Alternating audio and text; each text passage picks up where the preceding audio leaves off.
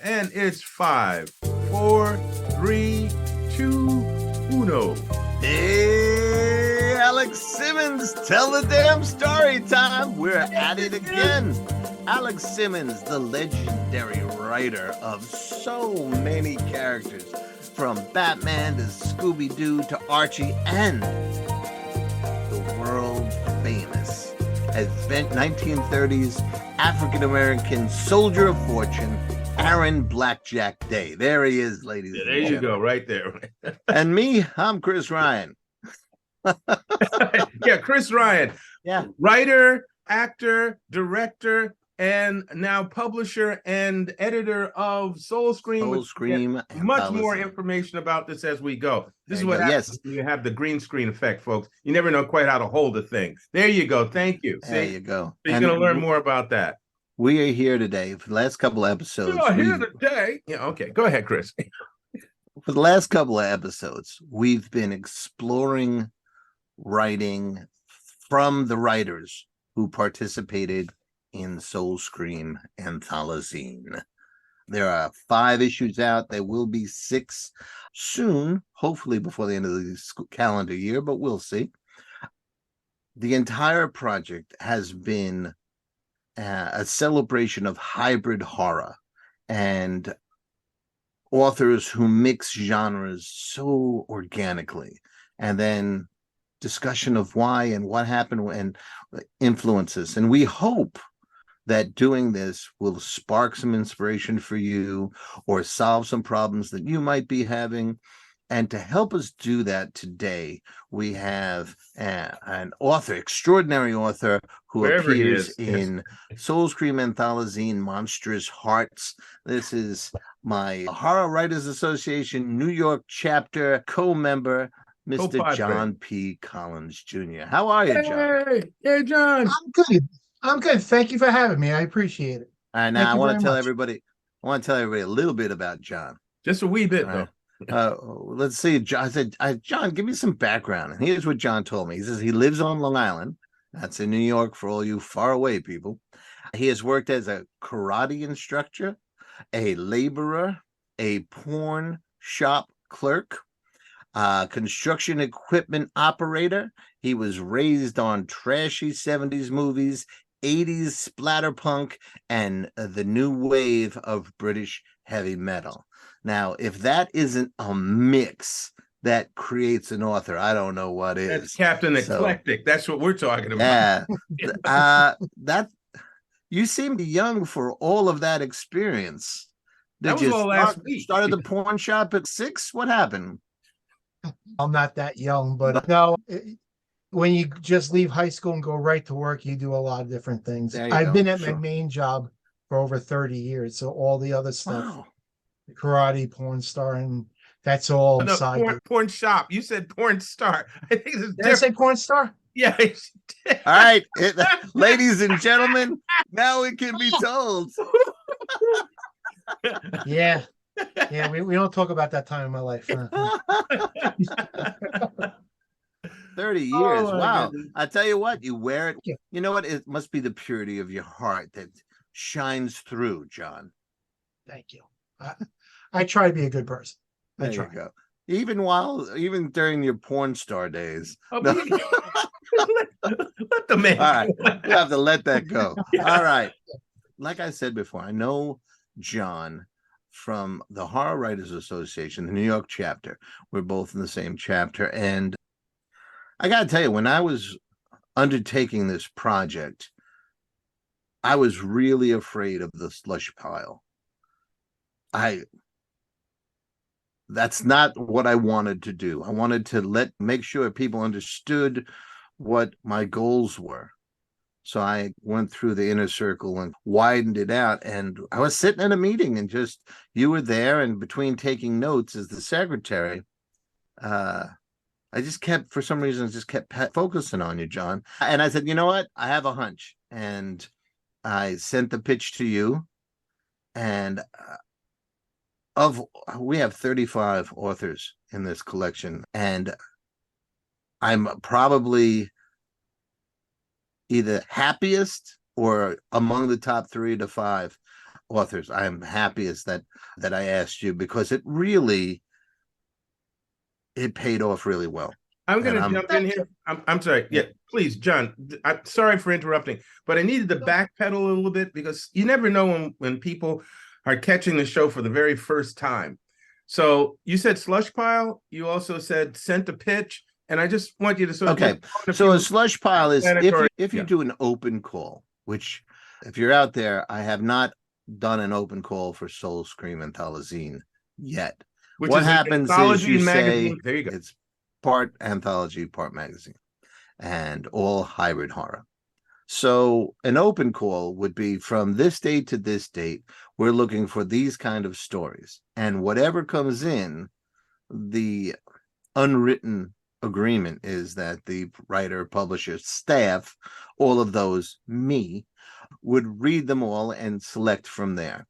Since my staff is limited to me, it didn't seem to make sense to take on 1,000 submissions, and 500 to 1,000 could be doable if you give a window of 2 weeks or a month. It depends on who hears about it. And since I was paying such lucrative fees, some people don't pay at all, so it is what it is. So instead, I reversed the process, and I would talk to writers, get a sense of them, and if the hunch kicked in, then I would ask them if I could pitch them, which is completely opposite of how it goes. But it wound up working. I think I pitched about 45 or 50 authors. So my batting average was pretty strong. About 5 or 10 of them said no out the gate. It's not something I want to be involved in. It's okay. And then 5, it didn't work out. One story I purchased and then couldn't find a place for it. So that's still floating around to be used. But the rest worked out. And John, yours is among the personal favorite. And it was just such a great pleasure, one, to read it and then work on. There was only slight editing that I asked what you thought about, and you were fantastic about it. And it's really fun to be able to say it's a beautiful horror story. If you would be kind enough to read a little bit of The Lovers. Okay. All right. Thank you for that. I'm going to break this up into 2 parts, because this story is a decent sized cast, but it centers on 4 characters. Mm-hmm. So I just want to read a quick introduction to all 4 of them, but it's broken up into 2 parts. Please bear with me. Just to be clear, if you're interested, this story is in Soul Scream Anthylazine, Monstrous Hearts. Thank you. The Lovers by me.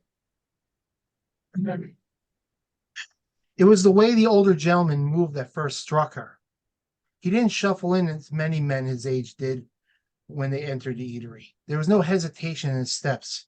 His movements were lithe, as carefree as a ballerina warming up for a routine known by heart. Walking up to the register, he asked, "Is the corner booth available?" Spreading his thin arm, his crooked finger pointing towards the far end of the room. "Yes, of course," Amy said. "Please follow me." As she led him to the booth, "Can I get you something to drink while you look through the menu?" Offering her a cheerful smile, full and toothsome. "A tea with some cream would be lovely," he said in his sweet, sing-song voice. Offering her a cheerful smile, she said, "Coming right up," conscious that the sweet tone in her voice as she turned back towards the counter where she saw the female customers staring in her direction. With the lunch crowd now gone, Amy was able to count 6 feminine faces with their eyes fixed in her direction. Some were plain, a few were curvy. Even the daughter of a family eating, young enough to not be blemished by acne yet, was staring, sitting alongside her mother, both with their jaws hanging open.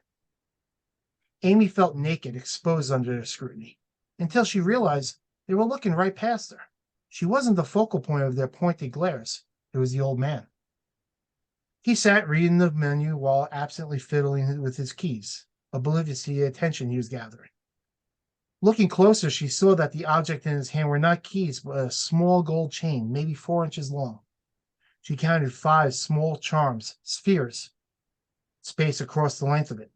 As he turned the object over in his fingers, the colliding balls chimed like bells. Their soft notes floated in the air. She felt lightheaded, her knees threatening to buckle as if she was standing on a ship in rough waters. Turning, she entered a long, dark hallway, the sparse light at the end faint, barely more than a glow.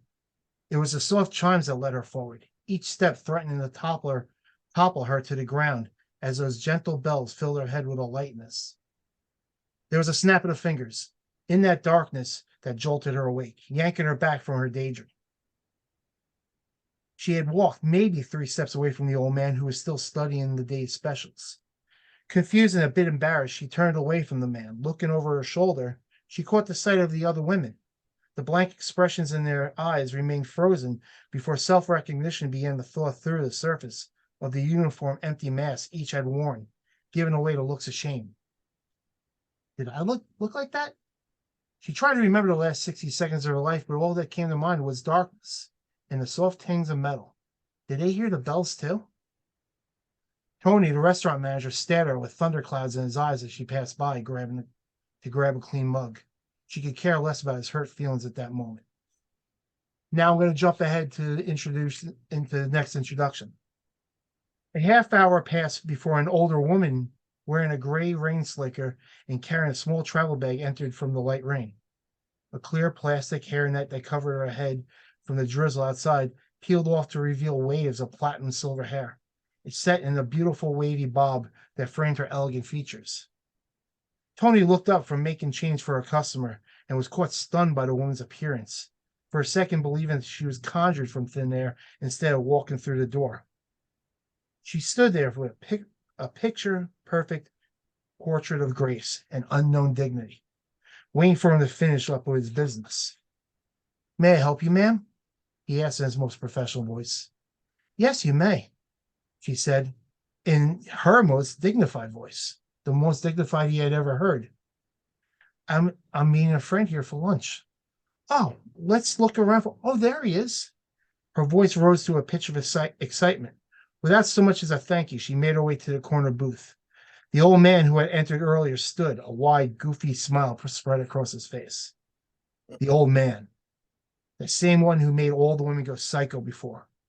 Tony had seen it and he was sure he was not alone. He watched Amy as she walked over. She wore her waitress grin as she took the old woman's order, but that smile became genuine when she turned her attention towards the old man, who, for his part, did not seem to notice. A surge of jealousy threatened to boil over within him. The smile that had brightened his morning for the last 3 months had turned sour for him. Ever since he hired Amy, it was a secret wish that he would wake up to that smile one day, that she would get past whatever problem was stopping her from letting him make an honest woman of her, giving her a job, offered her rides from home, every little compliment, and for what? To be kicked to the curb without so much as even a chance? But she had that smile for that old man. That smile that had become his caffeine to offer. That smile that was now caffeine for that old man. What did he have that was so special? And the old woman? She was everything Amy could be one day. The old man didn't deserve either. A light tinkle caught his attention. It was as if a songbird had flown into the diner, chirping a tune from an unseen perch.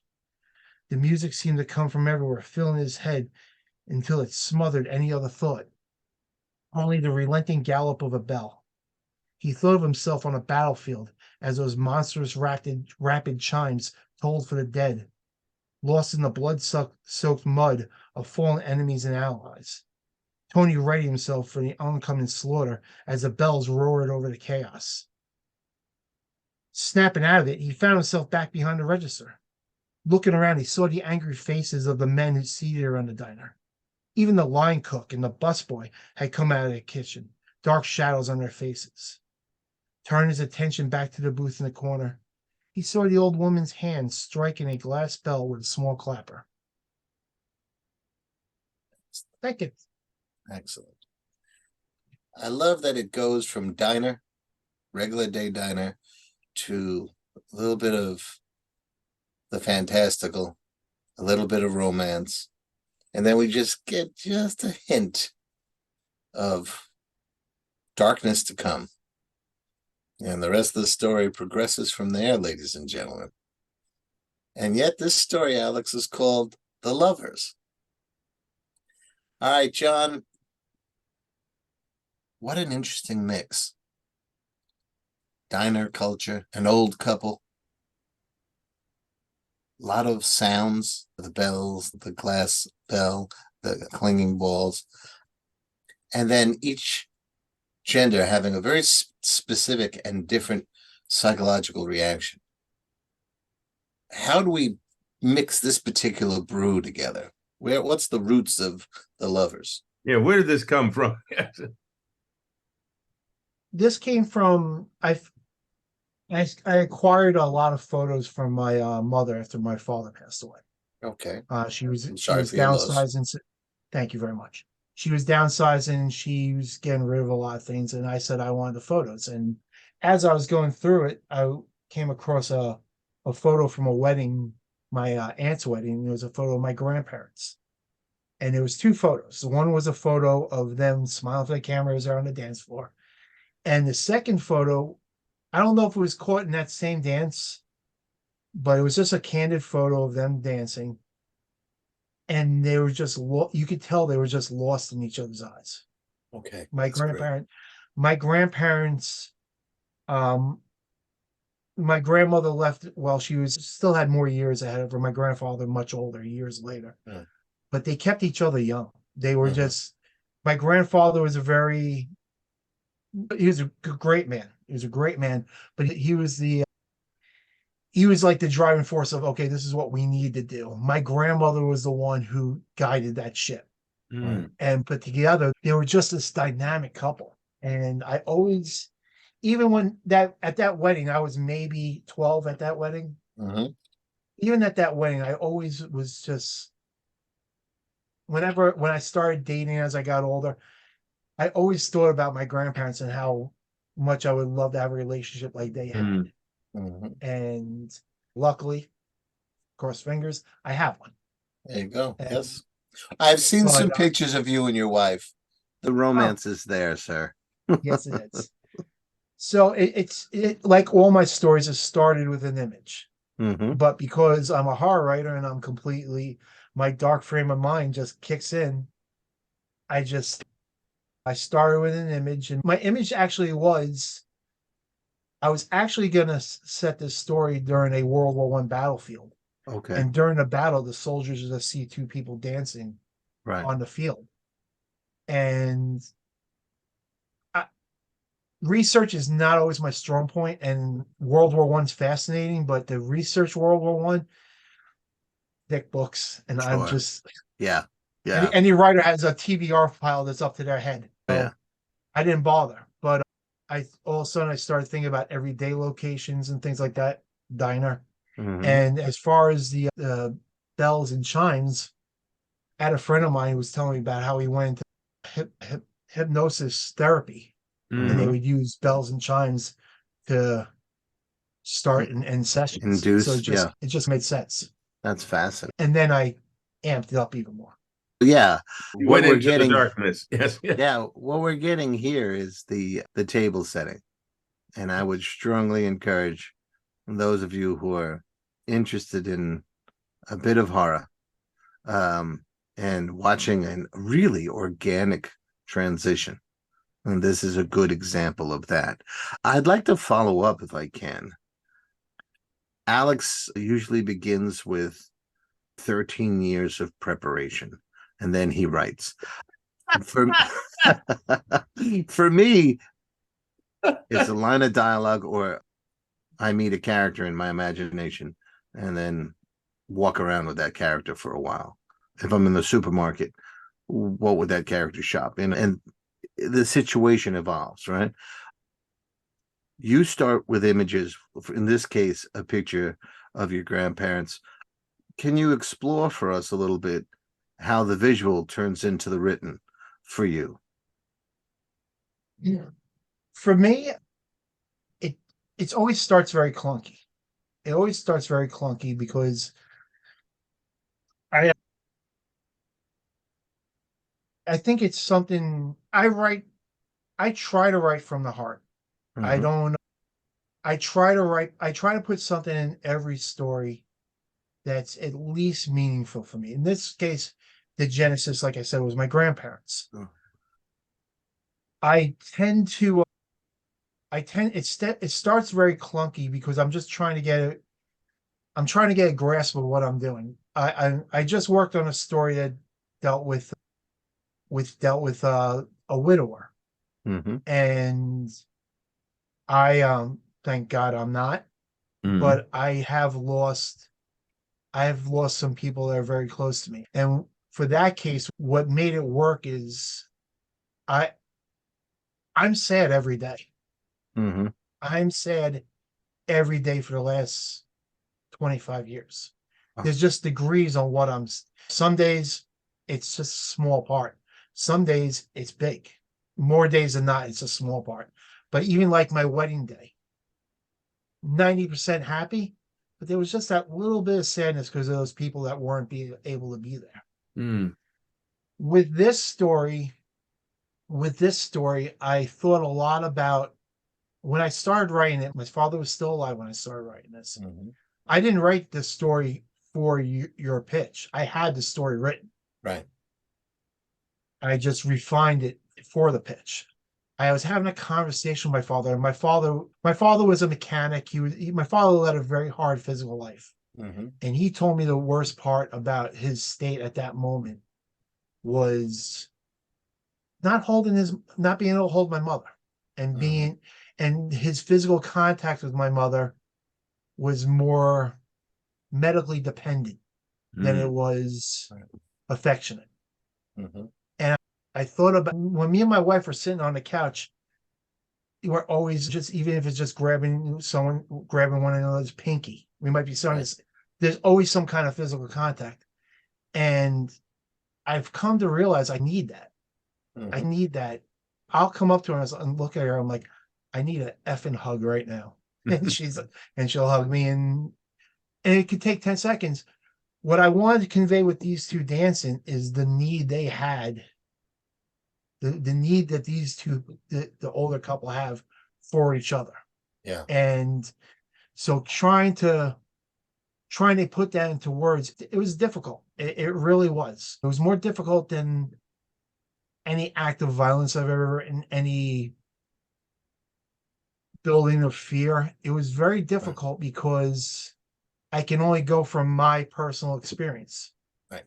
And that's where I come back to everything I write has a personal touch that just comes from me. And I might be very repetitive. I don't know, but it's what works for me. Let me follow that line of thinking there, because what further impresses me about this story, now that you've said that much, is we all write from our experience. The trick is to rewrite it and to work it so that it has a life of its own. And I was unable, in thinking back to the story now, to pick you out in that story, because you have taken the inspiration, the two inspirations now that we know, and you worked it into organic art. And isn't that a key, is to serve the story to the point where the story lives on its own? Absolutely. Absolutely. We have shared mutual acquaintances. If I know somebody really well, I have a hard time reading their stories, because I have one person, I'll leave nameless. When I read his stuff, I hear his voice. Okay. Yeah. And I don't want to hear his voice. I want those characters to live for me. It's why I never want to meet my heroes. And I was very lucky to meet several people that I really admire, and no one was ever a disappointment. They were always very nice and very encouraging, some more so than others. Some was kind of, hey, thank you very much, and off they go. But the ones that spent some time and talked with me, and they're able to write without me hearing their voice. Right. But there's some people that I hear I spend so much time with, I'd just better if I wasn't hearing that person. Yeah. I met a few, and one, there's always like a holy trinity or so of writers, right? And one of them for me is Richard Price, who doesn't write horror at all. And I met him at a function. As a matter of fact, I was asked to sit next to him, and we got to talk a lot about writing. And for years after that, I would hear him at the beginning of the novel. His cadences fit with the way he wrote. I found that if I could get past page 30, the characters took over. And that saved. I was so concerned that I was going to lose this great joy I had at reading his work. But yeah, it moves like that for me. But sometimes there are people that are just magnetic, and you can't help. You want to hear their voice. Oh yeah. So like, I was able to go to a reading of Jack Ketchum, Dallas Mayor. Sure. And it was just so powerful. Mm-hmm. It was just, you were happy to hear that voice. When a writer is good enough and has a powerful enough voice physically that they can do their own audiobooks, Joe Lansdale, King, it doesn't matter. With Joe, his voice, he always sounds like an old friend. Yeah. So I don't mind hearing Joe when I'm reading his books. Yeah. Yeah. But I'm better with that. I'm better with here, but with me, I feel very, especially with this story, there were some things there's some anxieties in there I won't detail. This story, I felt the most naked, most exposed with this story. And a lot of, I'm sad to say, no, I'm not sad to say because I'm over that stuff. I'm a much older person now. I was very awkward with the opposite sex when I was in my, as everyone is in their teens, but it was a hard thing for me to overcome. It took years of growing up. I say over, and I won't say what the event is, but I know the day I turned into an adult, and that was January 26th, 98. I know, I won't say what the event is, but I know that was the day I went from boy to man.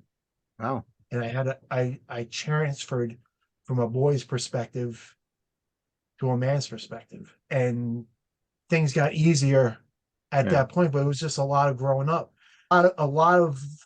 Unfortunately, a lot of the male reactions, and don't get me wrong, my male reactions was just the opposite sex were more just spurring little boy crap. There was nothing. It was nothing. It was nothing criminal. Thank God. Yeah. It was nothing I ever have to apologize for. The only thing that, when you think of that, you go back to that moment, like, ugh, why did you have that reaction? That kind of thing. Right. So with this story, I felt I was really looking at things from the past that kind of still made me feel awkward about it. And I'm glad that person has grown up. I'm glad that stuff's in the past. But I think for me personally, I can't speak for every writer. Some people are great at cranking out stuff no, it's just entertainment, and they walk away. Right. Wonderful. For me, I'm always examining something that might be with me. I want to write something of an all female, non-binary, anything but male cast of characters. I want to do something like that. I just don't have that confidence yet. But I figure when I figure I can get to that point where I feel confident, I feel that's gonna be a nice little victory for me, because it's very hard. It's very hard, especially in my family. It was very hard. You didn't talk about your feelings in my family. Like my immediate family, yes. Like I had a wonderful relationship with my mother and my sister. My brother, can't talk to them about what's going on in your head, what's going on in your emotions. Right. My dad was very closed off as far as that part went too. So Well, it's that's still something always you have to grow with. that's always part of what makes us writers. If you don't have the access or you don't have the way to express one way, you go to another way.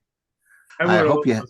I would also say that sometimes what you'll find with a number of writers, including some of the greats, I put that in quotes, not because I'm the opposite, but you can add whatever name within that category you want. Insert name here. Yeah, insert name here. It's we're always working stuff out through our writing. Sometimes we go back to things from our childhood or our teen years or something in our early adult years or something that has sat with us and won't come out or won't go away or won't finally take its proper place until somehow we work through it. And one of the best ways is by writing about it, whether it's a journal or you create a character or you work it into a story. So perfect sense to me. A lot of authors rewrite the story that's deepest within them in different ways throughout their career. And that's us working it out. And the reason that writers have a job is that there are many people out there working the same thing. Yeah. So absolutely. I'm sure that a lot of people will recognize something of value, as I did, in The Lovers. Thank you. Now, John, if you hang out with us a little while, you're going to get to hear from another guy. Now, Alex Simmons, he's been writing for 413 years. Give or take a day or two. Now, Alex has written widely. He's written in many different genres. He is not one to spend a lot of time in horror. But when I pitched this idea for this project to him and told him that I wanted to start with a teaser, I try to make all of these books very affordable. But the teaser, the holiday story teaser, holiday horror, it was the most affordable. And he says, sure, I'll come up. I have something for you. And if I'm not mistaken, Alex, you wrote something fresh for me. Yeah, I did. Yeah. And this is from right here. Come All Ye Faithless, the very, very thin Soul Scream first teaser, and it's all about holiday horror. And we're going to hear a little bit of Alex Simmons's Believe, and then you can talk about but you can also talk about the cover later on. Yeah. Oh, good, because I do want to talk about this cover. Yeah. All right. Okay. I'm just going to read a short bit of it, but it is, as Chris has already announced, it is called Believe. The moon seemed to shimmer a powdery white against a cobalt sky. Starlight flickered as snow drifted on a chill December breeze, dusting branches of pine and birch. A New England night at Christmas time. On a quiet country road, the two-story colonial-style home of Holly and Gary Layton sat in serene suburban peace. It was all white, with a recessed column door frame. Black shutters adorned the 6 windows on the front, each with an electric candle shimmering. A light orange glow radiated from the living room window, suggesting there was a fireplace burning inside. Holly Layton had lived there with her husband and the twins, Jennifer and Joan, for 5 years, and they had accumulated all the ornamental trimmings befitting the life of a successful upper middle-class family. As the CFO of a tech company, Gary traveled a great deal. Typically, he missed a number of those special moments that come and go in the life of a family. But such was the price of a professional who wanted to give them everything while marching to the beat of his own drum. Holly missed him. She missed him a lot, but mostly it was an idyllic life that afforded her tremendous comfort. This Christmas was especially satisfying because her sister Rachel had finally come to visit for a few days. Rachel had married some time before and lived far away, so the sisters hadn't seen each other in several years. Rachel regretted the loss of time together, but she also felt that the work she and her husband performed was important enough to justify it all. Right or wrong, she'd felt the time had come to spend a holiday with the family she missed so dearly. After all, it was the season to be gathering, a season of peace and hope and giving. In fact, Rachel had brought some gifts for the Laytons, and Holly had ordered something extra special for Gary, and she was eager to get it wrapped and under the tree. So when the delivery man rang the doorbell, she opened it with even more childlike wonder and enthusiasm. The punch to her chest was so hard, it knocked the wind out of her and sent her crashing to the floor. Hearing the noise, Rachel rushed into the foyer in time to be backhanded across her face and slammed against the wall. Silas and Barnaby Fleet had come through the door like a force of nature. "Either one of you bitches move, and I'll blow your head off." Silas's voice was guttural, but slightly high-pitched. It might also have been comical, if not for the look in his watery brown eyes and a large gun he had pointed at Holly's face. She laid there gasping for air and clutching at her chest. Barney hadn't said a word, but at the sound of footfalls pounding down the stairs, he stepped close to Rachel and pressed the muzzle of his gun against her cheek. "Don't," he hissed. The girls hit the bottom landing and screamed at the sight. "Shut up," Barney roared.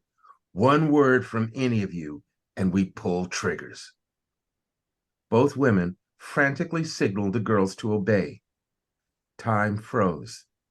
Each of the women desperately tried to think of what to do. Each of them tried to size up the two men that threatened their lives. The girls were terrified. Holly feared for her children. Rachel feared for them all. Silas pulled several coils of rope from a backpack he had slung over his shoulder. "All of you, on the floor, here." He pointed to the center of the living room by the couch. Again, Holly and Rachel signaled the girls to do as they were told. While Barney held a gun on them, Silas bound each, hands behind their backs and ankles together in front. Holly was breathing normally now, but she was trembling severely, and the pain in her chest still throbbed. You can take whatever you want, just..." Silas smiled. "We plan to, sugar." Barney frightened Rachel the most. He was too quiet, as if every thought was too dark to say aloud, as if he knew what he was going to do and was savoring every brutal detail with great anticipation.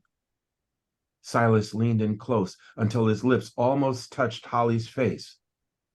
"Where's the cash and jewels?"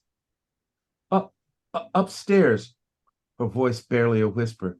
In the..." She froze. "Bedroom?" Silas leered. "Is that what you were thinking?" He kissed her cheek, nodded to Barney, and then headed up the carpeted stairs.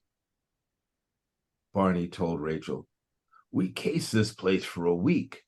Even knew when the husband was leaving." Rachel didn't dare reply. "Saw when you got here, too. Didn't expect that. But hey, you make do."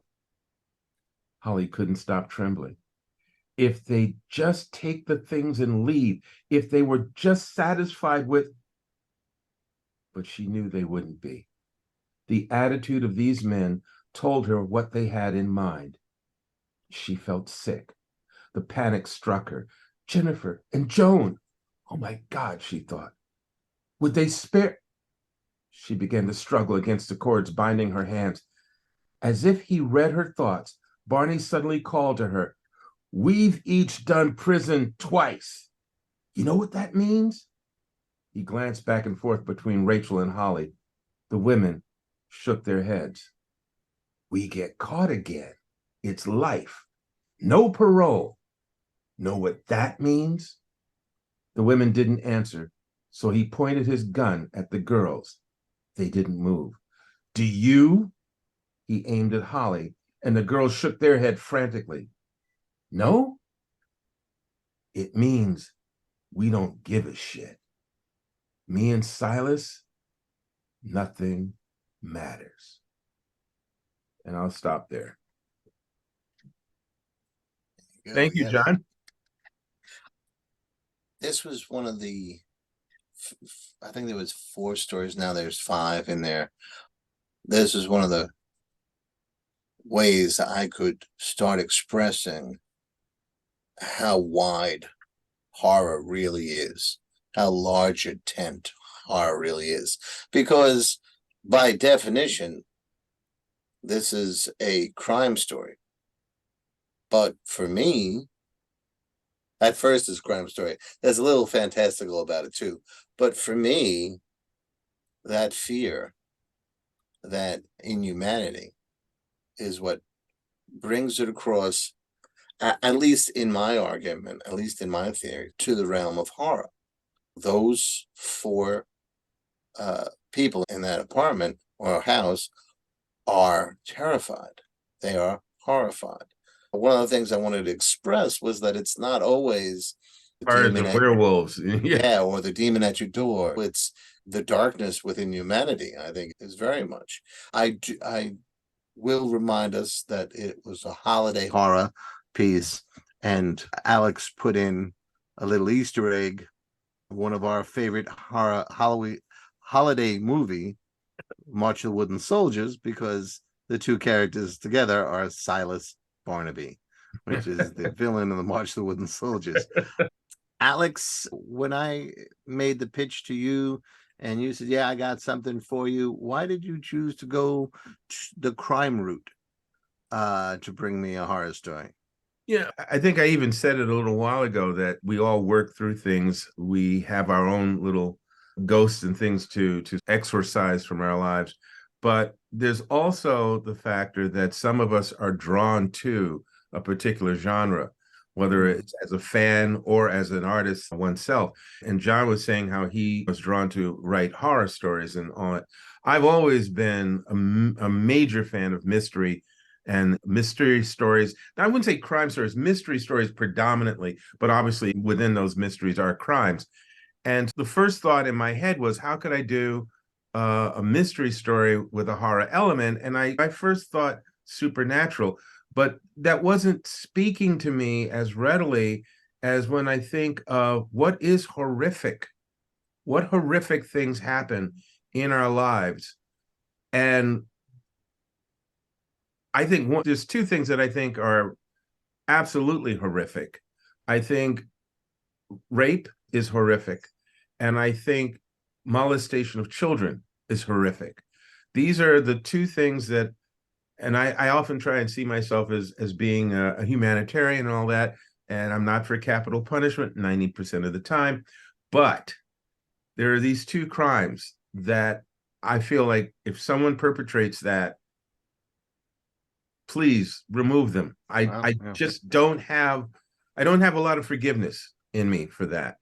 And so when I was thinking about what is horror and what is horrific, that would be it. And you also had another qualifier for this series or this particular book, is you said that you wanted some of the stories to have perhaps a female protagonist, and as many as possible, yeah, and who deals with the circumstances and somewhat through her own agency. Right. So with those qualifiers in mind, I just put those elements together, and literally, I think I said to you when you first asked me about it, I said, yeah, I think I have something in mind, but let me think about it. And I think it was really just a matter of a few hours of me playing with those elements in my head, and the pieces just came together. The setting was very much A Christmas Carol or It's a Wonderful Life or any of those other influences. You get that idyllic environment, that world that we think of around the holidays, and then you take that horror and you place it within there. So if you're isolated to some degree and it's night and this terror comes to your door, then how do you deal with it and how do you survive it?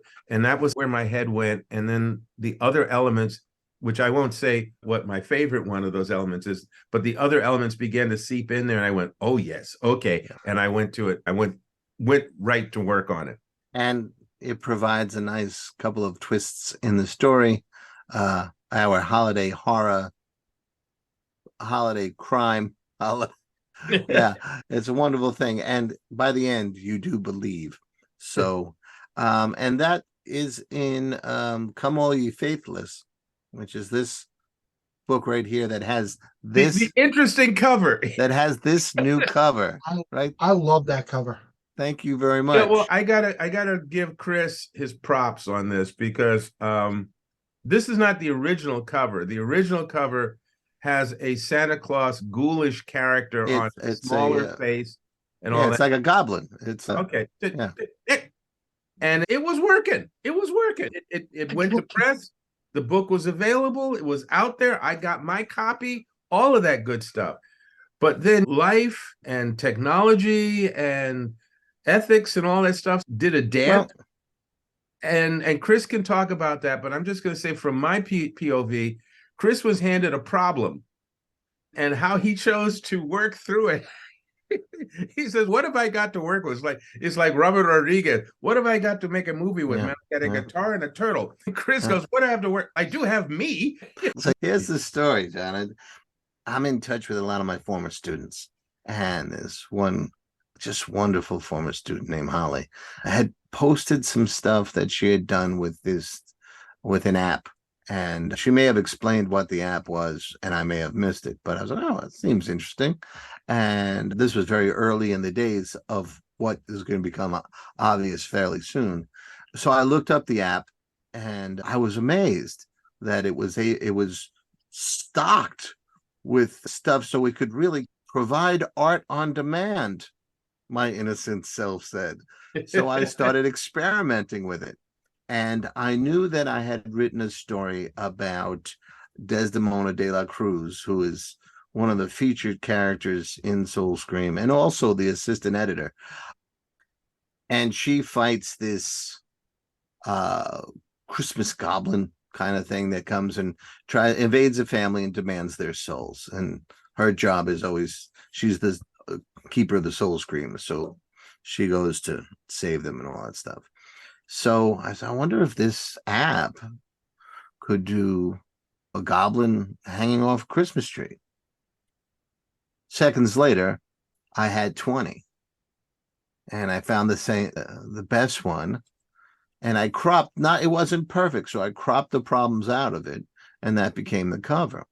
And then I started reading all of these things about AI. And I went back to the app and discovered that the app was using AI. And then I started learning that AI was stealing art from others. So I wasn't going to stand for that. So I had to correct the problem. By this point, I had started working with Matt Wilderson, who was a great cover artist, great artist. And I told him my problem, and I told him I needed to replace it. And what can you do something? Because he does great art without AI. For your cover, your godson Alex, my son, had put on a mask and had my father's old fatigue jacket and my old hat, and became a character named McTavish. So I said, here's my situation for Come All Ye Faithless. If I send you some stuff, can you distort it, play around with it, do your magic? And I thought that I would be unrecognizable by the time he got done, because he does great stuff and colors and all that sort of stuff. And the poor guy, I sent him 20 or 30 of these close-ups of me in like half-assed Alice Cooper makeup. It was very purple and all this different crap, and I had white face and all. It's just ridiculous. And I said, this would give you an idea to what you want from there. And he came back, he says, I think I have an idea I'm going to use a Christmas ball. And then this cover came back, and it is a Christmas ball, and I'm looking into that ball, right? The character is looking into that ball. But it looks fantastic. But yeah, I just really loved what he did. And he did the Christmas lights around Soulscream. Right. Alex recognized who it was right away. Come on, that's my boy. I did. My boy. I didn't see it. I didn't see it. Thank you very much. So hopefully more people will side with you, John. But yeah, I think it has the emotion I was looking for and no AI. I always prefer Matt over AI any day. Let me cool also jump in there. I'm sorry. Go ahead, John. You go first. The cool thing about this is this came from experimentation. This was birth. This covers birth and experimentation. And that's sometimes the best art there is. Yeah. Whether it's writing or painting, experimentation. If it wasn't for experimentation, we wouldn't have David Lynch. Oh yeah. We wouldn't have some of the wonderful writers like a Michael Sisko. Yeah, that's the one thing that always makes me excited about horror is you're always trying. Alex, you wrote a crime. You started off with a crime story. I can't wait to read the rest of it. But crime and horror are so interlinked. I dare anyone to read Andrew Vox.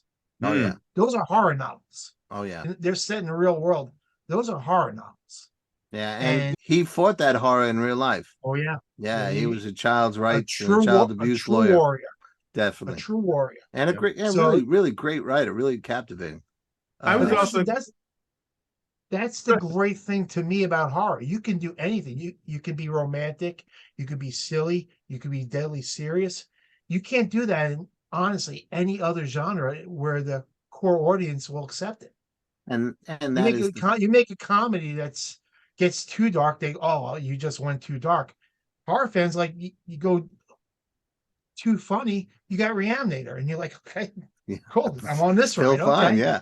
And that's what Soul Scream Anthylazine celebrates. I was going to also say that the experimentation factor is all throughout Soul Scream. Yeah, definitely. From its very concept, of mashing an anthology with a magazine format, with the staff, with De La Cruz being a staff member, but also being the carrier of. There's all these elements that are saying, let's experiment. It's Chris Ryan in a lab coat and yelling, Igor, seeing what he can make happen. So this cover makes perfect sense to me. There you go. And fiction is what if, but horror is also why not?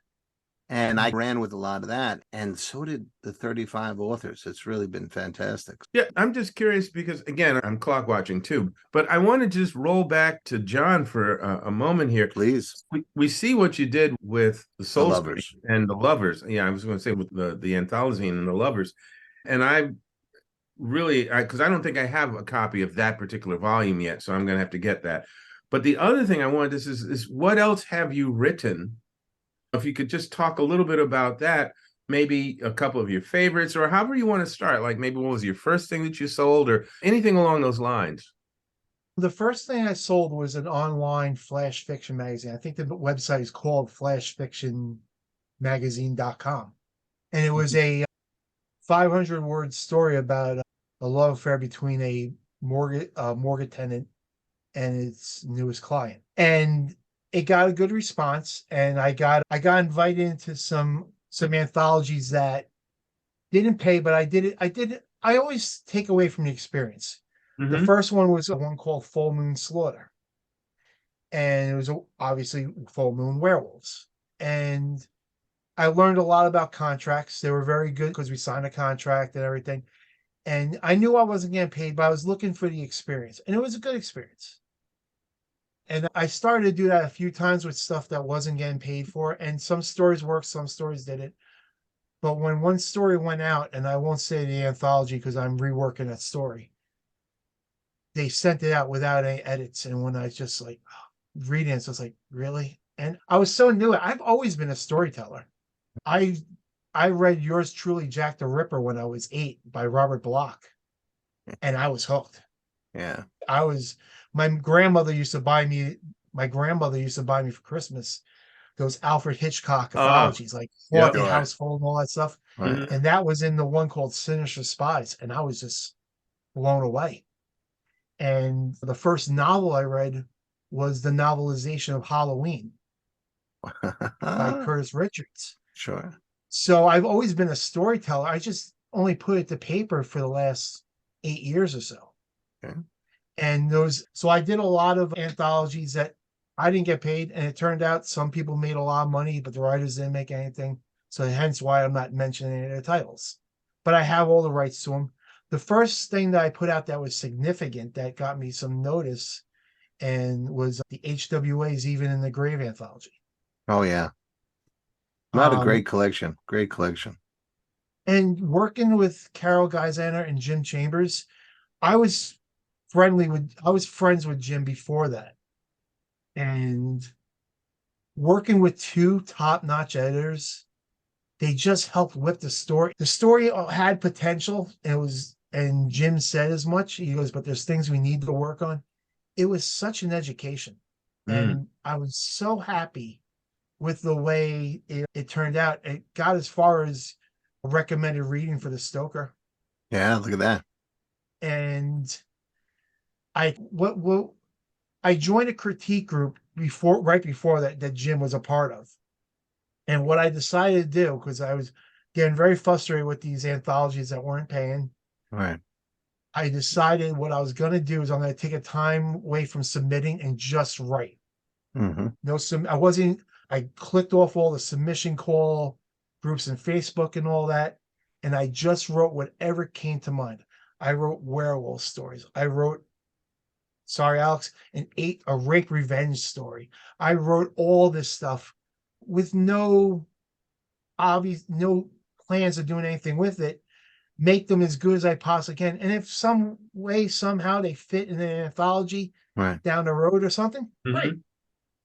I just had recently, besides Soul Scream, which I'm very happy, the people I know who've read and have enjoyed my story, I really appreciate that. I just had a story come out last week in an anthology called Fear Forge Fall Quarter 2023 for a Halloween story called Along for the Ride. And Halloween, I'm in my seasonal depression now because Halloween's over. I'm just a Halloween fanatic. But it was just such a fun story. I think I read that story. Yeah. That was the two friends and the girl. No, this is something completely different. Who wrote that story for Fear Forge? Yeah. Oh, no, this is something completely different. And once again, I'm dealing with morticians. I can't get away from them. But the editor was just so kind. And I loved it. And this story actually got rejected from 2 other anthologies, but I got the nicest rejections. Yeah. It wasn't like I've seen rejections. This doesn't work for us, but thank you for submitting. They both went out of their way to point out things that they really enjoyed. So I knew they actually read the thing, but they just felt it wasn't what they were looking for. I don't understand nastiness or coldness when you're declining a story. It's unnecessary. And people remember that far more. What kind of rejection you get stays with authors. I'd much rather be thought of. It's a reflection of kindly people who are reading it. I mean, and that's fortunate. I mean, as much as we as artists may be following our goals, we don't know necessarily what is, and I'm not making excuses for them. I think it's still inexcusable. There's certain people who wind up in that position because they didn't acquire the path that they wanted, or it is their nature to be irascible, or unfortunately they were forged on someone else's iron, that particular, because that's how they were taught or trained. So it's unfortunate. And it does damage. I don't understand it emotionally, but I get it intellectually. And if we're lucky, we don't have to deal with that too much. But I'm just curious, John, you had said that, I got to back it up. Okay, there it is. Okay. You had said that you had a number of pieces that you sent out and you were happy about this. Are you happiest with doing short stories, or do you have a novel in mind, or have you written a novel? I'm just curious. I wrote one novella that may see the light of day. I look at it now, there's work to be done. I'm actually working on something now. I can't really go into the nuts and bolts of it, but I'm working on a novella. We're still debating the word count, but I'm looking forward to it. I work better when I work on stuff with no timeline. I get lost because I'll constantly go back.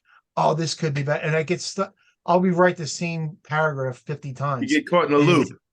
Yeah. But when I have a time frame that I have to work in, I seem to thrive in it. Horror is my happy place. There's no tag I'm more proud of, aside from husband and father, is horror writer.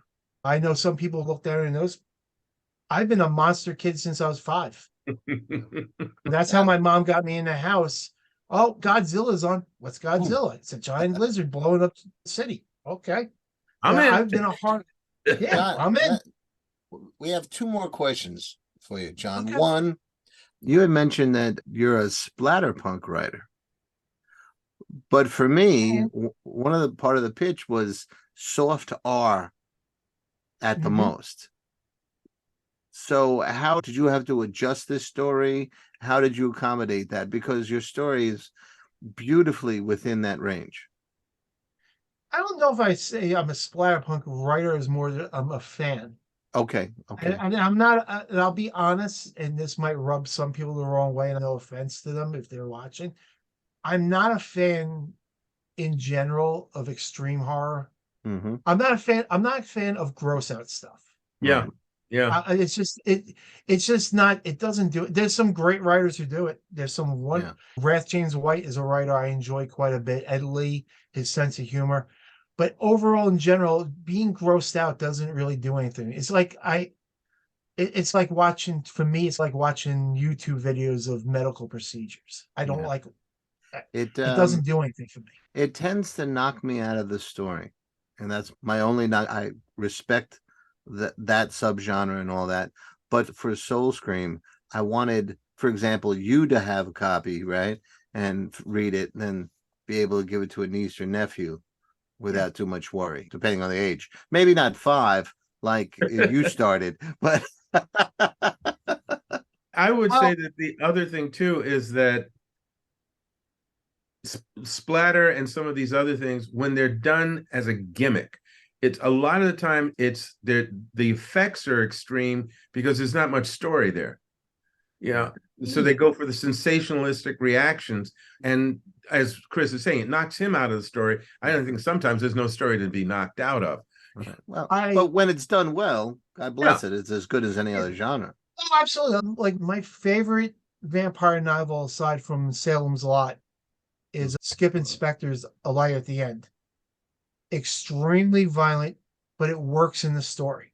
It works in the story. It's not filled with set pieces. It flows with the story. And both of them were such fabulous writers. I still are, not was. Sure. They're such fabulous writers. They were able to pull it off. And there's plenty. Lansdale, when he went hard, but it worked.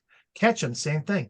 Yeah. There's a writer out there now, Christopher Triana, or better yet, Summer Cannon. Summer Cannon writes some of the hardest stuff out there, but her work is so beautiful. And it's just wow. Yep. Yeah. And for me, for Soul Scream, my litmus test on where I can go, when in doubt, go to Jaws. Yeah. Go to Jaws. You have a story of a man-eating monster, and it's graphic, but it's graphic enough that there's no more horrifying image than Quint being chewed up by the shark. Right. But I've never heard anyone say that scene is gratuitous. I've never heard it. Again, because it's so embedded in the plot. Exactly. And it's so earned. And that's the deal. You have to serve the story. Those two, that scene gets me, but also the scene at the very beginning with the girl swimmer when she's getting, that's because my imagination goes, what must be going on beneath the surface. And on a side note, that movie's a perfect example of why you can't always trust technology, because Spielberg wanted the shark to come out of the water, but the shark didn't work. Yeah. That was the blessing of limitations. Yeah, but for Soul Scream, I felt that any violence was secondary to what was going on inside the characters' heads. Oh yeah. That was the darkest stuff in it. Oh, I agree 100%. Like I said before, I felt the feelings that the men feel in this story. I felt a much more subdued version of that. And unfortunately, I know some people that are still stuck in that mindset, and they can't have no success with finding, honestly, it's about, in a lot of ways, it's about people not being able to find that person to connect with. Right. And they get angry about it. Yeah, hopefully, again, just repress it. Exactly. But we hope that art helps people along. And your story may do that for some people too. You have one more question, Chris. Yes, I do. Yes. The final question I've been asking people, as one of the 35 writers that I'm so indebted to, and thank you again for participating in Soul Scream. Thank you. Again, a lot of our audience are emerging writers, aspiring writers. What might you tell them about habits that have worked for you, or something that you learned on this story in particular that you embraced as a writing habit? What advice might you give to aspiring writers? Other than the always be reading and always try to write, that seems to work the best for me. I think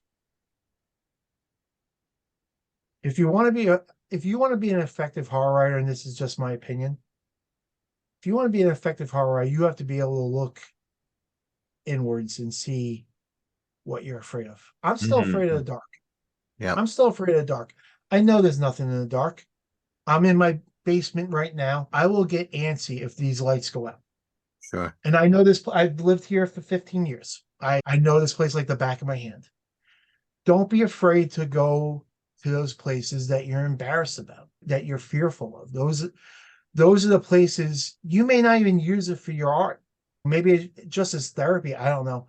But don't be afraid of those things. And you got to get past this whole idea of someone saying, well, that's not scary. Because what's scary to one person isn't scary to another. I don't get scared by movies anymore. There are certain movies that, for the most part, when people say that movie's not scary, no, it's not scary because I don't believe in a witch living in a tree. Sorry. But I always go back to this one scene, which still to this day chills me to the bone. And it's the home invasion scene in Henry, Portrait of a Serial Killer. Oh, yeah. I've watched, now I enjoy that movie for twisted reasons. I enjoy it for the performances. I enjoy it for the skill that was put into such a cheap movie. Sure. That scene alone, I always make sure I lock my door. I always make sure that deadbolt is set.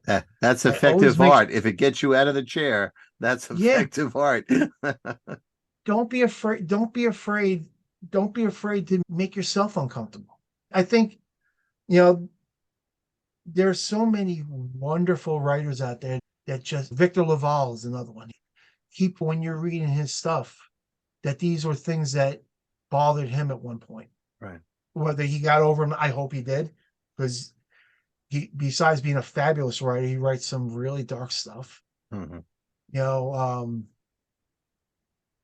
You can be entertaining. You can be bombastic and all the other wonderful things that get your attention. If you're not connecting, at least with yourself when you're writing, I don't think you're being true to yourself. I don't think you're putting a true expression out there. There you go. That's what I would say. Okay. Again, Perfect. John, I really thank you for spending the evening with us. Pleasure. Thank you for having me. It was a lot of fun, and we learned a lot. And we'll have the Lovers is worth the journey. And Alex, thank you for being my ride or die on so many aspects of my life. This is better. This is cheaper than therapy. It's wonderful. There you go. That's right. Again, ladies and gentlemen, Soul Scream Anthylazine is a celebration of hybrid horror. For those of you who are trying to learn how to write stories, reading a lot of different authors is a great way to go. And this is a good place to start. It's a story. Every author gets a story, then gets an article about them. And we have a little bonus feature at the end and a lot of other little things that Alex was talking about before. But it's all meant to explore how strong horror is, especially as a hybrid vehicle for writers. So John was a great example. Alex is a great example. Thank you. Ladies and gentlemen, I hope you learned something today, and the rest is up to Alex. So be sure to leave your comments, questions in the comment section below. And of course, Chris, what do you often say? Thumbs up and hit subscribe. What else do I say? Yeah, that's what you also say. Peace. I do. I always end with peace. That's right. Peace, everybody. Take care, everybody. John, thanks again. Thank you.